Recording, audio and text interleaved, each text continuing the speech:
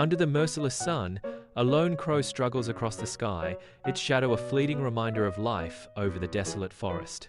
Each labored beat of its wings echoes against the silence of the parched land below, its desperate gaze scanning the cracked earth. A solitary, mournful squawk pierces the stillness, a cry of survival in a landscape stripped bare of hope. In the distance, a humble hut stands beside a simple clay pot, a beacon in the crow's weary flight. The crow lands near the pot, its gaze drawn to the small pool of water glistening far below.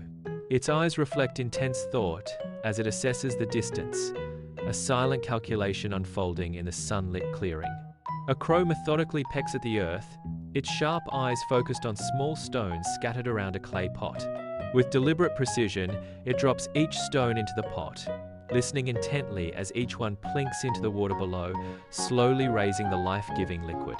Triumphant, the crow drinks deeply, then launches itself into the sky, a dark silhouette soaring over the vast forest.